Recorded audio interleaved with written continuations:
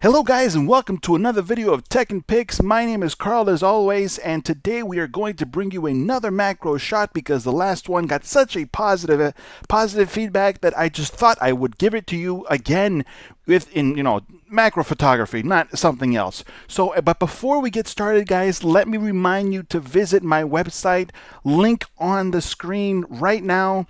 Technpix.com, www.technpix.com. It is your one-stop shop for everything photography related. I am trying to update it as much as possible, so share it with your friends and support the website.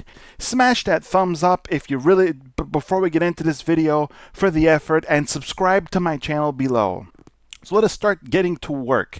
Now we're going to bump up the contrast because we just want to we want to accentuate those lines. We want to make the picture pop. Okay, so coming back down to our histogram, we can see that this is taken at 1/800th of a second, ISO 100, so there is little to no noise visible, and that is great for us. If you bring the highlights, it brings down everything that is in the brighter area, and you see the details of the leaves just exploded onto the screen. Did you see that? Did you see how that just happened? Bam! The leaves just explode onto the screen. The only thing, and we will try to get rid of that as much as possible, is that by bringing in the detail of these leaves by lowering the highlights, you see that here has created a sort of a green halo around here. Now this has to do a lot with the lens. The lens made the picture this way because of the distance. These leaves here, these petals here are in the back. So of course I focused directly on the middle part here, and everything else around it is out of focus. This picture was taken with a 135mm lens, 2.8. So of course it is going to accentuate, it is going to over exaggerate whatever is not in focus. We will try to get rid of these lines as much as possible, but there's no guarantee that we can get rid of them, but we'll try. So bring down the highlights. Let us take a look at the shadows. Now you can either go up with the shadows and make it really bright, or you can really make it very, very dark, a little bit more darker and moody, and that is actually my personal preference. I like dark and moody because it really adds a different taste to the picture. But you can do it any way you want, and just as you just saw from these 4 sliders here, it just made a complete difference. If you look next to the original, look at that. You don't see any detail in the leaves. Here, it's completely blown out. The background is almost white to the point where it's not really defined, and we have turned it into this beautiful, beautiful picture you see on the right here. And a lot of people would say, you can just go ahead and leave it that way, but I want to keep going because there is a lot that I like to experiment, and there's a lot that I want to do here. Now, I got some criticism in my last video about using the clarity and bumping it up to 82%. Now, the clarity, don't be afraid of using the clarity key, the clarity slider here, because it actually brings out a lot of character in your picture, and you don't have to be afraid to use the clarity slider. It is your friend. It is not your enemy.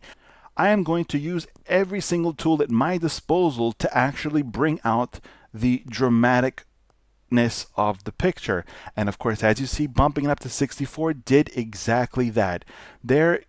It looks good, but there's not that much detail. It is more of a dreamy, hazy look. It has a hazy look to it. Now, this is not the look that I like because I like defined dark lines that really bring out the darkness of this picture, like the darker side of all pictures. So I'm gonna bump that up. If you go too much, honestly, that to me looks great. But I probably would not leave it up 100%. I would probably hover around 70%. That actually looks good. As I modify it, I may come back to it, maybe to bring it down a little bit, maybe to bring it back up a little bit. I do not know, but you will see it. So now moving down to the tone curve, as you see here, I am going to modify it a little bit more because I just want to see how far I can push the the image quality and how far I can actually bring out the details which are hiding in this picture. And there are a lot of details, and you can see as we're starting to work on them, you can see that the picture is actually coming to life. Now the bokeh in the back, as you make the subject more defined, the background also will be more defined. That means that the bokeh in the background will be busier. But today we're painting a picture, folks. So we are painting a picture, and of course in the picture I want every single brush stroke there. So consider these like brush strokes, not something else. So consider these just beautiful brush strokes that really bring out just the colors of the painting. It's all good.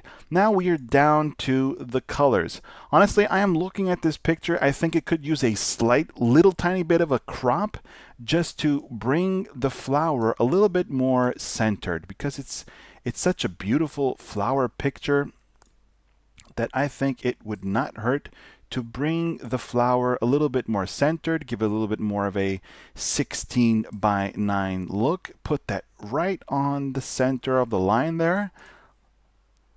Perfect. We get even closer to the picture, even closer to the flower. Wonderful. So we are now at the colors.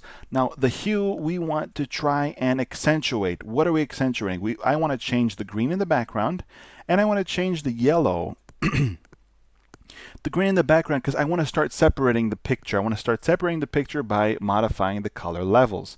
So the green I am going to modify, and as you see, not being much green on the actual flower, but it's yellow and white mostly, only the background is going to be affected. So if I modify it in this direction like this, you can see that it actually makes a huge difference.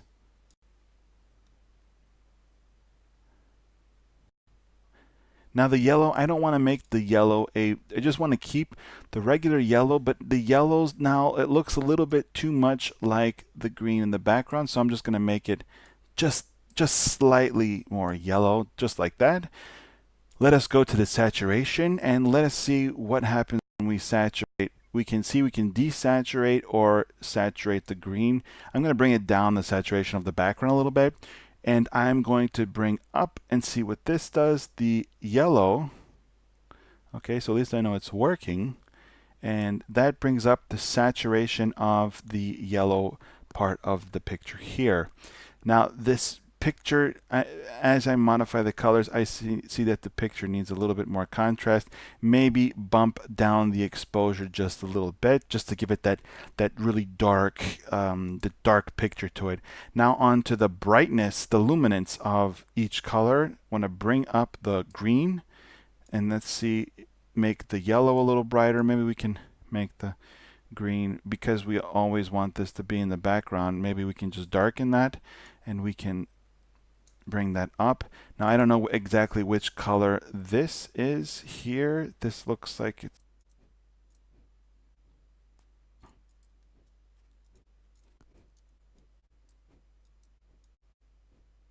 good. So you probably saw everything in fast forward, but what I actually did was I selected here the adjustment brush because it wasn't working with the defringing tool. So all I did was I selected the adjustment brush here, and I went in real close, and I just colored in the areas here like that, and then I just lowered the saturation to the point where the green is not there, because this is what it looked like before.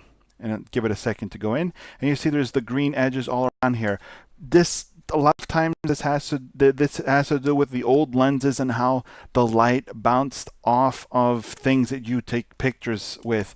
And because the lens that I used to take this picture is a really old macro lens, is an old Vivitar, I've seen this happen before. So the light bounces off in a certain way, and the glare bounces into the camera. I've actually seen this happen before, and that is why I had to do this, but that is not a problem. You can just color that in, you bring down the saturation to 0, and those green lines there are completely gone, and you can just go on and you can edit your picture. Unfortunately, there's not really much you can do to brighten up the areas here. I mean, you can bump it just a tad, just bring up the exposure a little bit, just so that it's something that might look somewhat decent. Don't expect much to happen, because it's not going to be that nice, because it's going to start to unbalance the what is actual real in the picture.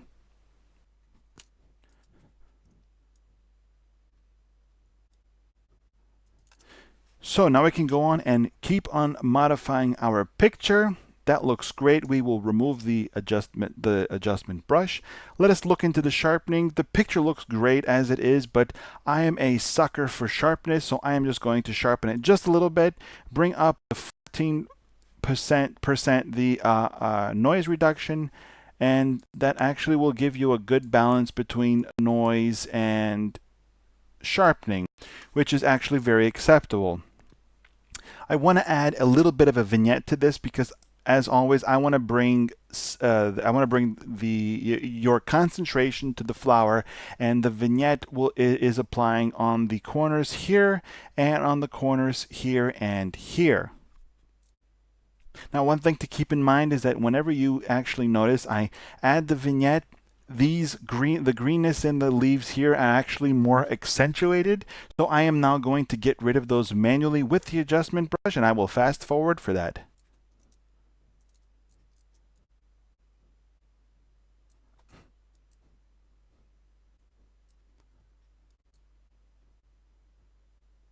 Good. That actually looks great. It made a big drastic improvement. There's probably just a small tiny smidgen of an area right there that I just removed. And if we give the computer a second to load and to do its thing, that looks perfect. Now let us go on with the modification. Now I've been using this recently. This is the camera calibration. Now you use this to, modify the primary colors in your picture, and it actually has a very big effect on the picture. I didn't know that it had such a big effect before I actually started using this, but it really brings out the intensity of each primary color in your picture. It really is one of the make or break your pictures as far as the colors are concerned. So I like to just go left and right with these sliders here, just to see what I can do to make the picture better than it actually already is. Sometimes you'd be surprised how many times it actually looks good, how many times that it doesn't look so good. It's sometimes it really is a game changer. You just have to work with the levels. It's just really simple, and that looks good. If you look at the picture side by side, let us take a quick side by side. You see that the picture has made a gigantic difference from the original on the left here to what it looks like now modified. Now this is a testament to how good the Sony a6000 actually is. And really, you can get amazing results, amazing sensor. Now, if you look at the histogram is telling us that our picture is now grossly underexposed. But you are looking at the picture right now with your very own eyes, and that doesn't look underexposed at all. If anything, I would bump up the exposure 2 notches, and that is it. The picture is perfect. I'm going to leave it like that. I'm going to upload the picture exactly the way it is on my Flickr account. Of course, I will not be posting a link in a description. But guys, that has been it for me in this video. Don't forget to visit my website, www.technpix.com. It is your one-stop shop for everything photography and technology related. And don't forget to like this video and visit my YouTube channel to see my other videos. Guys, I will see you in the next video. Go out and start snapping those pics.